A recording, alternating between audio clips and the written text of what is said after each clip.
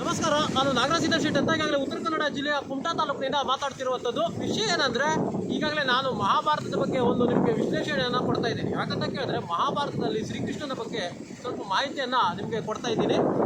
ಕಾರಣ ಏನಂತ ಕೇಳಿದ್ರೆ, ಶ್ರೀಕೃಷ್ಣನಾದವನು ಏನು ದ್ವಾರಕಕ್ಕೆ ಬರ್ತಾನೆ, ಮಥುರೆಯಿಂದ ದ್ವಾರಕಕ್ಕೆ ಬರ್ತಾನೆ. ಆ ಸಮಯದಲ್ಲಿ ಜನರಿಗಲ್ಲಿ ಏನಾಗ್ತದೆ ಕೇಳಿದ್ರೆ, ದ್ವಾರಕದಲ್ಲಿ ಇವ್ರು ಯಾರು ಬಂದಪ್ಪ ಅಂತ ಅನ್ಸುತ್ತೆ ಅವರಿಗೆ.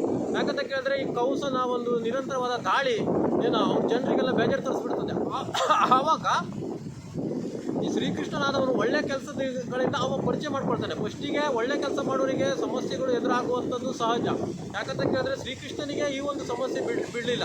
ಮತ್ತೇನಂತ ಕೇಳಿದ್ರೆ, ಶ್ರೀಕೃಷ್ಣನಾದವನಿಗೆ ಇಂಥ ಸಮಸ್ಯೆಗಳು ಬರ್ತದೆ. ಮತ್ತೇನಂತ ಕೇಳಿದ್ರೆ, ಅವ್ರಿಗೆ ಏನಾಗ್ತದೆ, ಈಗ ಅವರು ಯಮುನಾ ನದಿಯನ್ನು ಅವನು ಏನು ಏನು ಕಾಳಿಂಗ ಸರ್ಪದಿಂದ ಮುಕ್ತ ಮಾಡ್ತಾನೆ. ಮತ್ತು ಗೋವರ್ಧನ ಶಿಖರವನ್ನು ಹಿಡಿದು ಜನರಿಗನ್ನು ಕಾಪಾಡ್ತಾನೆ. ಅದು ಮಹಾಭಾರತದಲ್ಲಿ ಆತನ ಒಳ್ಳೆ ಕೆಲಸ ಮಾಡ್ತಾ ಜನ ನಂಬ್ತಾರೆ. ಇದನ್ನು ಕೂಡ ಜನರಲ್ಲಿ ಏನು ಮೊದಲಿಗೆ ನಿಮ್ಗೆ ಒಳ್ಳೆ ಕೆಲಸ ಕಾರ್ಯಗಳು ಮಾಡಿದ್ರೆ ಜನ ನಂಬೋದಿಲ್ಲ. ಆವಾಗ ಹಂತವಾಗಿ ಒಳ್ಳೆ ಕೆಲಸ ಕಾರ್ಯಗಳನ್ನು ಮಾಡ್ತಾ ಹೋದರೆ ಜನ ನಂಬ್ತಾರೆ. ಆ ಒಂದು ನಿಟ್ಟಿನಲ್ಲಿ ಶ್ರೀಕೃಷ್ಣನಿಗೂ ಕೂಡ ಮಹಾಭಾರತದಲ್ಲಿ ಇದೇ ಸಮಸ್ಯೆ ಎದುರಾಗಿತ್ತು. ಆ ಒಂದು ನಿಟ್ಟಿನಲ್ಲಿ ಹೇಳ್ತಾ ಇದ್ದೀನಿ.